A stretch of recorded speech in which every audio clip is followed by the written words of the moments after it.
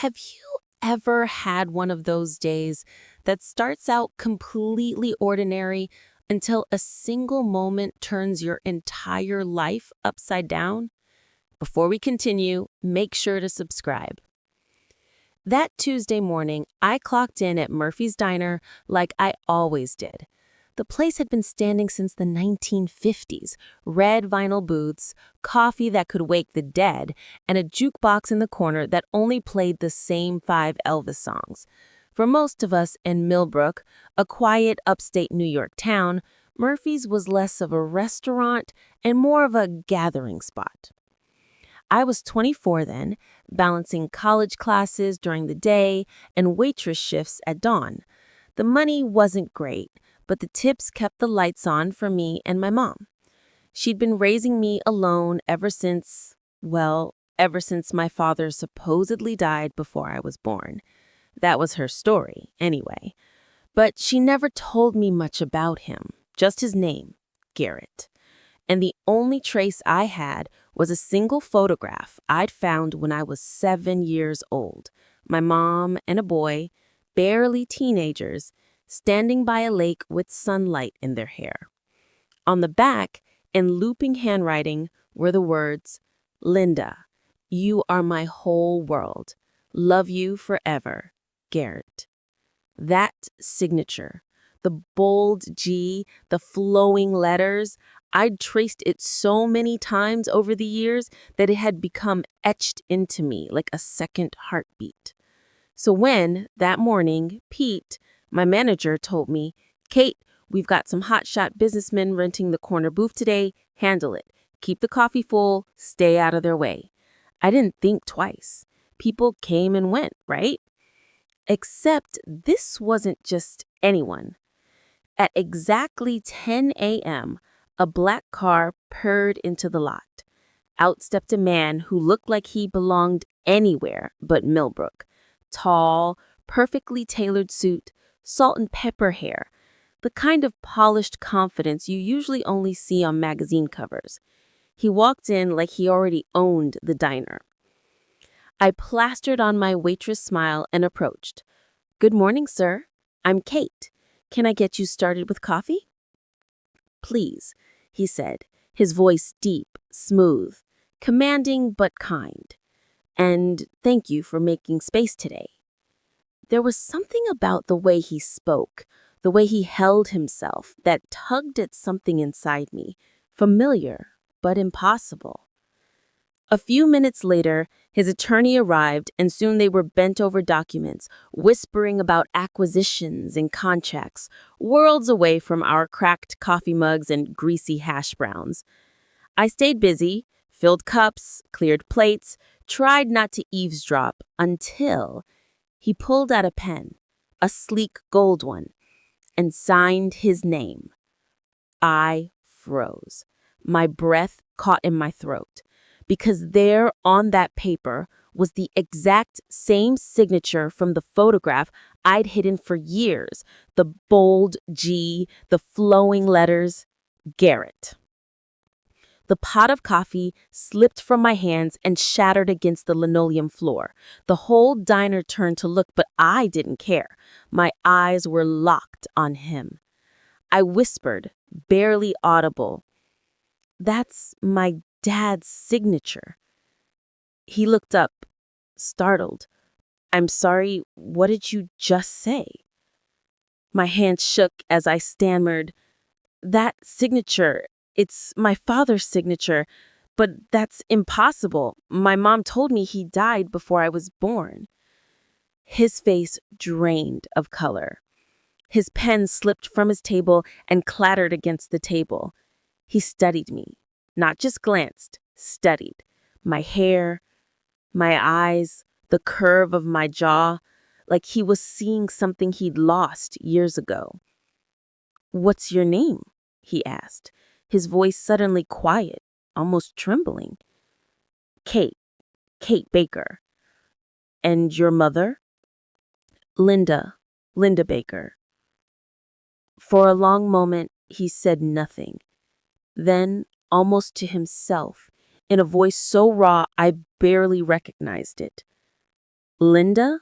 From Buffalo? Yes, I whispered.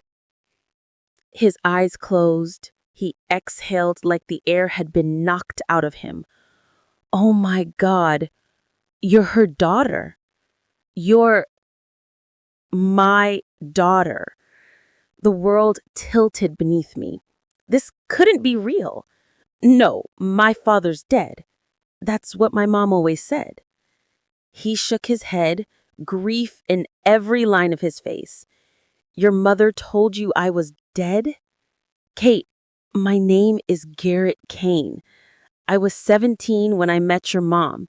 She was everything to me. We planned a future, marriage, a life together. And then one day she was just gone. Her family told me she moved away, that she didn't want to see me anymore. I had no idea she was pregnant. No idea you even existed. I felt my chest tighten as my entire childhood replayed in my mind. My mother's sadness she tried to hide, the way she never dated again, the loneliness I could never quite understand. You're Garrett Kane? I said slowly, stunned. As in Kane Industries? He nodded, but his eyes weren't proud or cold like you'd expect from a billionaire. They were wet, glistening, filled with decades of regret. She never told me, he whispered. She never told me I had a daughter. My voice cracked. And she told me you were dead. I pulled out my phone and scrolled until I found the picture I'd saved years ago. I held it up with trembling hands. Is this you? He stared at the image. His lips parted, and then tears, real tears, slipped down his face. Yes, that was the summer before she disappeared. I wrote that note on the back the day before I lost her. Silence fell between us, heavy and unbearable. Finally, he reached across the table, his hand hovering, before gently taking mine. Kate, he said, his voice breaking, I swear to you, if I had known, I would have moved heaven and earth to find you. I never stopped loving your mother, and I never stopped hoping for another chance, but I never knew about you. My hands shook as I whispered, all my life I've wondered who he was, who you were, and now you're sitting in front of me in this diner. He swallowed hard, trying to steady himself. I've missed 24 years of your life. Your first words, your first steps, everything. And I can never get those years back, but if you'll let me, Kate, I want to be your father now. I want to know you. I didn't know whether to scream, cry, or run. My heart was pounding so loudly it drowned out the clinking of forks and chatter in the diner. This man, this stranger, was suddenly the answer to a lifetime of questions. But one question still burned hotter than the rest. Why did my mother lie? That night, I sat at our worn kitchen table, the photograph laid out between me and my mom. She'd just come home from work, tired, her hands rough from the dry cleaner job she'd held for years. She looked at me puzzled. Katie, what's wrong? You look like you've seen a ghost. I swallowed, my voice trembled. Mom, we need to talk about my father. The color drained from her face. She sank into the chair across from me. Honey, you know your father died before you were born. Why are you bringing this up now? I pushed the photograph toward her, my hands shaking. Because he's alive. I met him today.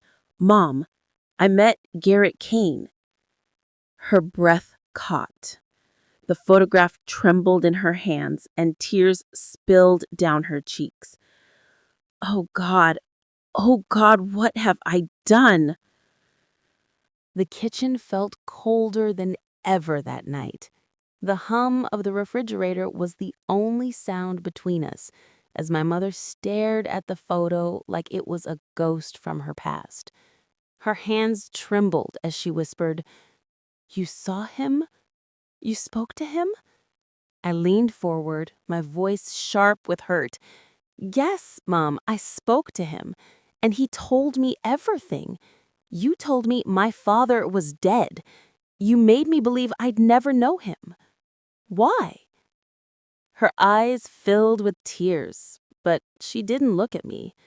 She looked down at her lap, her fingers twisting together like she was praying for forgiveness. "Because, Katie," her voice broke, "I was scared. So scared. When I found out I was pregnant, my parents turned their backs on me. They told me Garrett would ruin my life, that he was too young, too reckless, too poor to take care of us. They said if I stayed with him, I'd end up with nothing. They forced me to leave Buffalo. They wanted me to forget him." I shook my head, my chest tightening. "But you didn't forget him, did you? You kept the picture." Tears spilled down her face as she clutched the photograph. "I never forgot him. I never stopped loving him. But Katie, I had you, and you were all I had left. I thought if I told you he died, you wouldn't grow up resenting me. I thought I was protecting you." Her words hit me like a knife. "Protecting me? You lied to me my whole life. I could have had a father. He could have been here for birthdays, for school plays, for everything. And instead, I grew up thinking he was gone forever. How could you do that to me?" Her sobs echoed in the small kitchen. She reached across the table, but I pulled back. "Kate," she whispered, broken. "I was only 19. I didn't know how to fight them. I didn't know how strong I had to be. And then, when the years passed, it was too late. How could I explain it to you after all that time? Every year I wanted to tell you, but every year the shame grew heavier." I turned away, tears blurring my vision. I'd always thought my mom was my rock, my safe place, and suddenly she felt like a stranger. That night, I lay in bed staring at the ceiling, my heart torn in two. One part of me burned with betrayal. Another part ached with the possibility that I finally had a father. The next morning, I walked back into Murphy's diner, not even sure if I wanted to see him again. But there he was, Garrett Kane, sitting at the same booth, waiting for me. When he saw me, he stood, his eyes searching mine. "Kate, I didn't sleep last night. I kept thinking about you, about everything I've missed." I crossed my arms, my voice cold. "Why now? Why come here? Out of all the diners in all the towns, you just happened to walk into mine." He nodded slowly. "It wasn't an accident. I came here because of your mother. I found out she was in Millbrook, and I had to see for myself if there was even a chance." His voice cracked. "And then I saw you. And Kate, you look just like her. Just like Linda when I met her." I wanted to hate him, to push him away, but there was no mistaking it. His eyes mirrored mine. The curve of his smile was the same one I saw in the mirror. And before I could stop myself, I asked, "Why didn't you look for us? Why didn't you fight for her?" His face twisted with pain. "I did, Kate. For years I searched. But her parents blocked me at every turn. They told me she wanted nothing to do with me.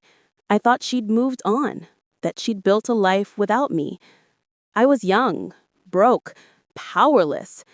By the time I had money, by the time I had the means to really search, decades had passed, and I thought it was too late.